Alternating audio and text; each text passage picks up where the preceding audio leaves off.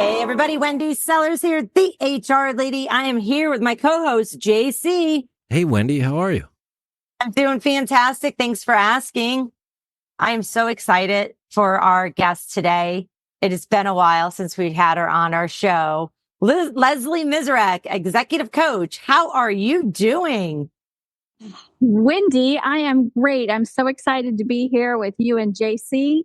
I've been looking forward to this since you messaged and said, "Hey, will you?" I'm like, heck yes. Yeah, well, we want to hear about Get Courageous, which is your business model. And also, I want to talk to you. I want to hear about what you told your most recent conference where you were speaking out about breaking down silos. We don't need that in the United States at all, do we?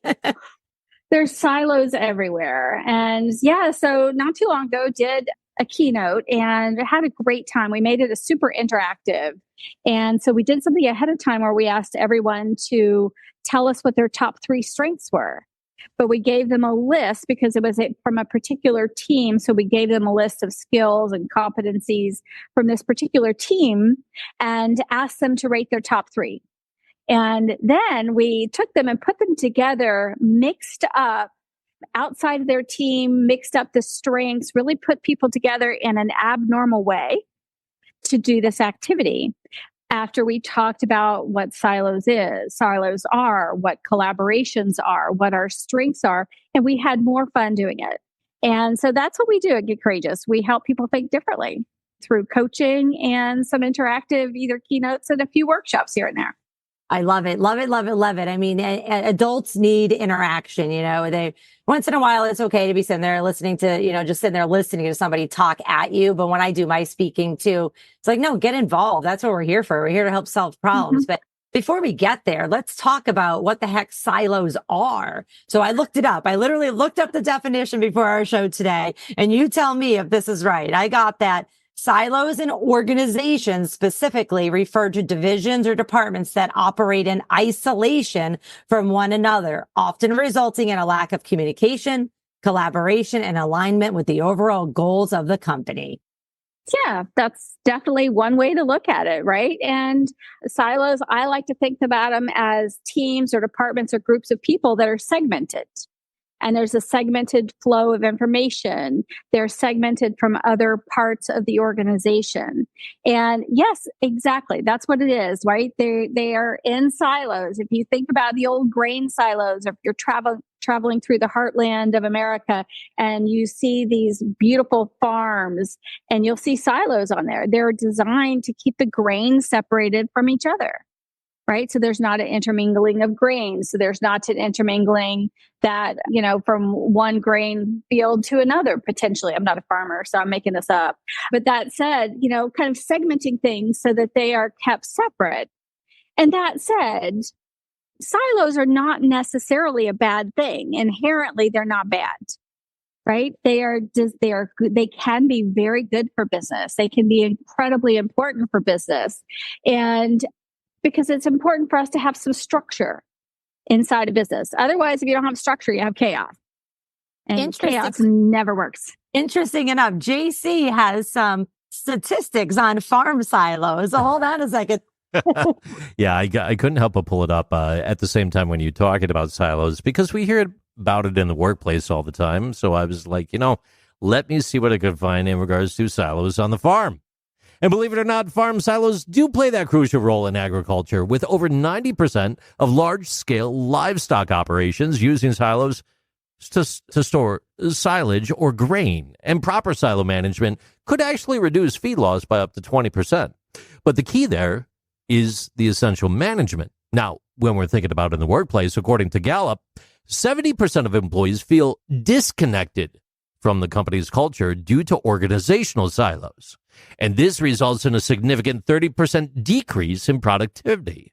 This highlights the critical impact of workplace culture and communication on overall business performance. You can't operate with 20% efficiency like on the farm if you're not talking and making magic happen, according to Gallup and the National Farm Bureau. Back to you.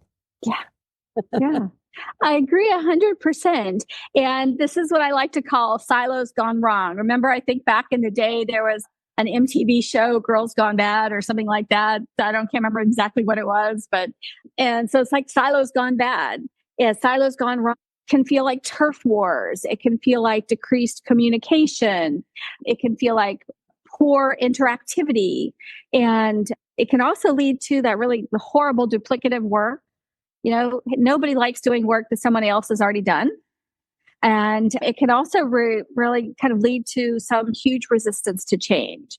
So while silos are important for effective communication, can be really valuable in company culture, it all comes down to that silo management you just talked about. Yeah. And the other thing is, you can have silos and they're sitting right next to each other, right? Mm-hmm. It's not about the proximity. Oh, you're remote. I'm in person. You're in that building. I'm in this building. Oh, we're all sitting next to each other. If we're all sitting next to each other with headphones on and listening to music while we work, then we're not communicating at all. Not that I'm saying you shouldn't be listening to music while you work, because some people, it does make them more creative or even focused. But I don't know, maybe take out those headphones once in a while and be like, hey, can I help you with that? What's up, JC? Is part of that maybe attributed to personality traits and styles, though, too? It absolutely could be, for sure. And that's some of the things that I wanted to talk to you about, Leslie, is, how do we figure out how to leverage our strengths to overcome silos? So I'll just address the point on personality styles, even though I know you're a personality styles junkie too. We're both, into DISC, which is a Myers-Briggs type indicator. I love working with personality styles and personality tendencies and traits. I don't even care what kind of, assessment, a scientific assessment you use, just knowing that people are different. And if you want 3 people to work together that are completely different, and one's fast paced, one's slow paced, one, needs, loads and loads of research to get to a conclusion, where other people just need a little bit of information. You as a manager, you as a leader, you as a business owner, you have to recognize you can't just shove people together and expect them to no longer, be in silos and to work well together. So besides the personality assessments, what other things do you suggest people can do that can help them, leverage their strengths to overcome these silos in the workplace?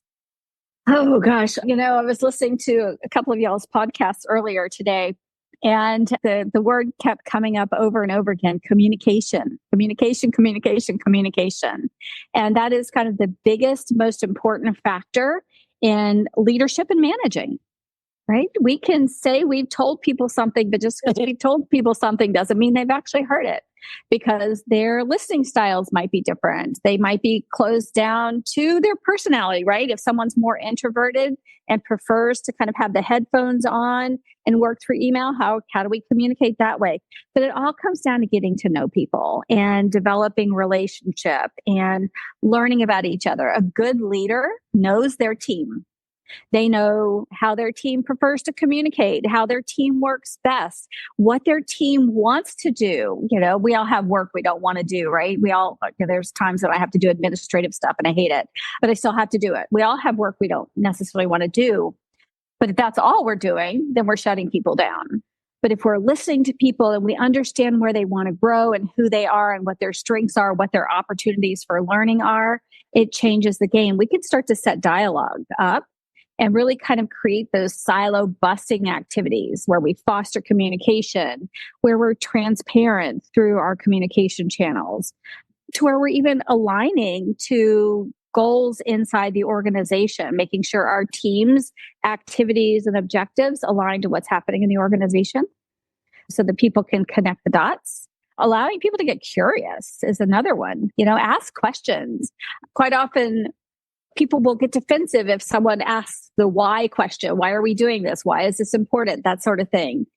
The why question is what helps people understand how those dots connect, really take different perspectives. And then we have to give space to really encourage people to connect and collaborate. Now, silos can completely happen sitting right next to each other. Yep. Right. It doesn't have to be across Zoom, across the planet. It can happen in the same department. And this is quite often the work that I'll be doing in this team space, is helping a team kind of bust down the silos that are happening inside their own, sometimes small departments, sometimes large departments, and realizing they have to get to know each other and work on things differently and really span those boundaries, because that's how work happens. Yeah, it really does. Research indicates that teams focusing on their strengths are 12.5% more productive and 8.9% more profitable, demonstrating the huge impact of leveraging individual and team strengths overall. And when we think about communication, research by the Harvard Business Review indicates that companies with strong communication practices are 50% more likely to have lower employee turnover rates. And lastly, in regards to collaboration, a McKinsey report found that companies implementing collaboration tools like Slack or Microsoft Teams, they have a 20 to 25% increase in productivity. Much of this is largely due to improved communication and streamlined workflows. Back to you.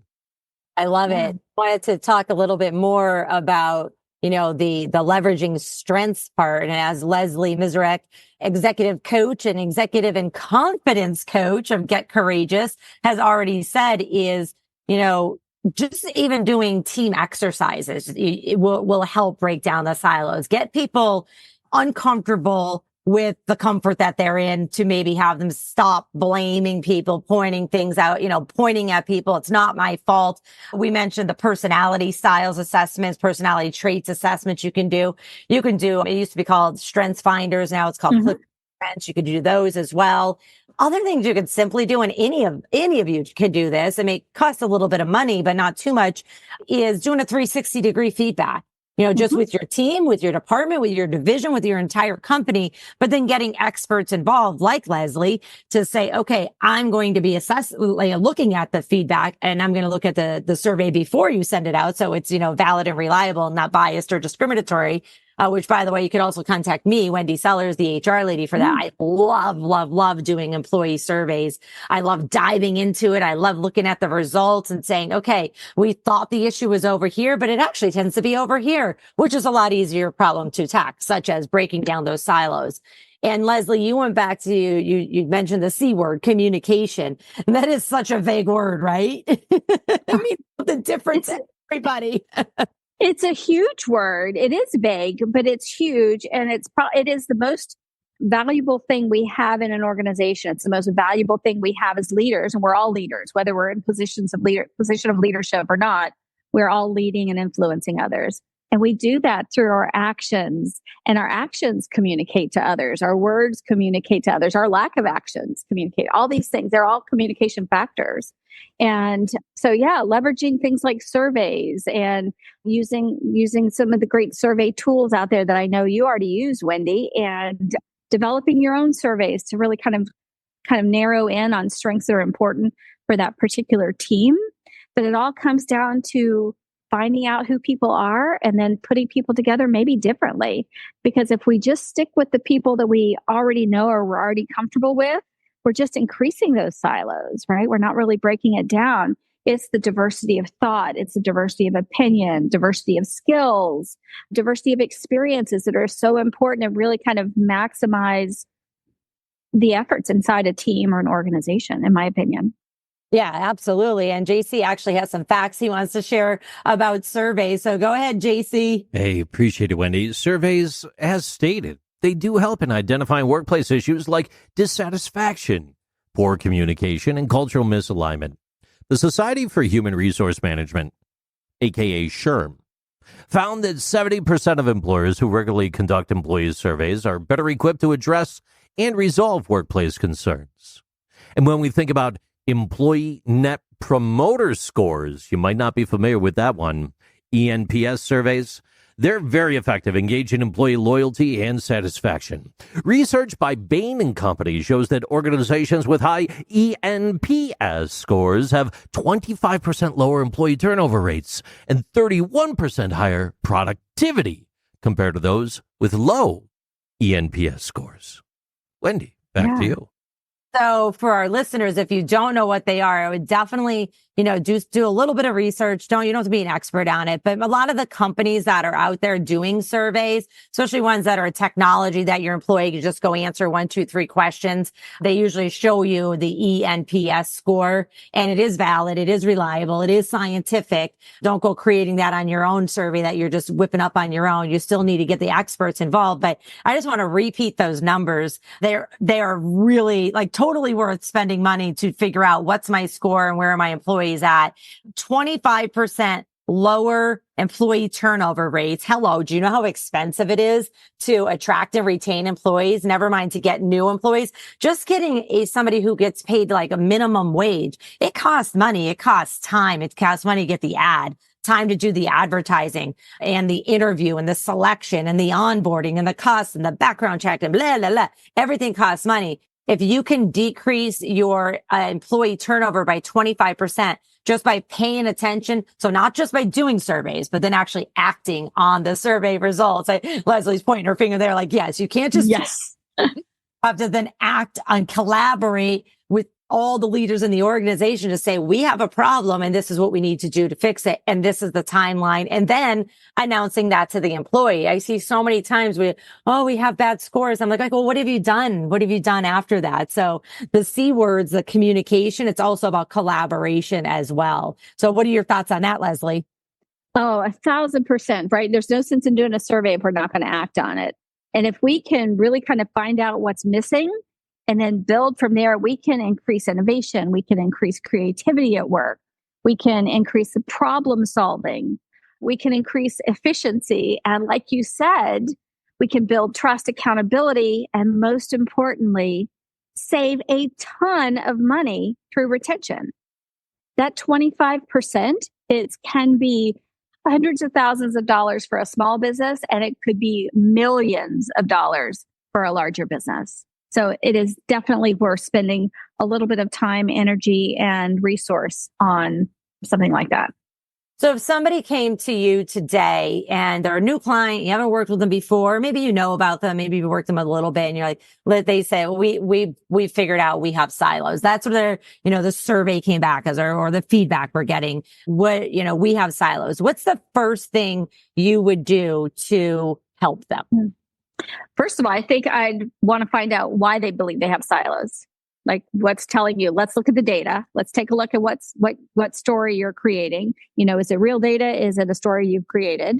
And then from there, figuring out what the goals would be, just like in coaching, right? Or training, right? What are the goals that you might have for this department, for this organization, for this team?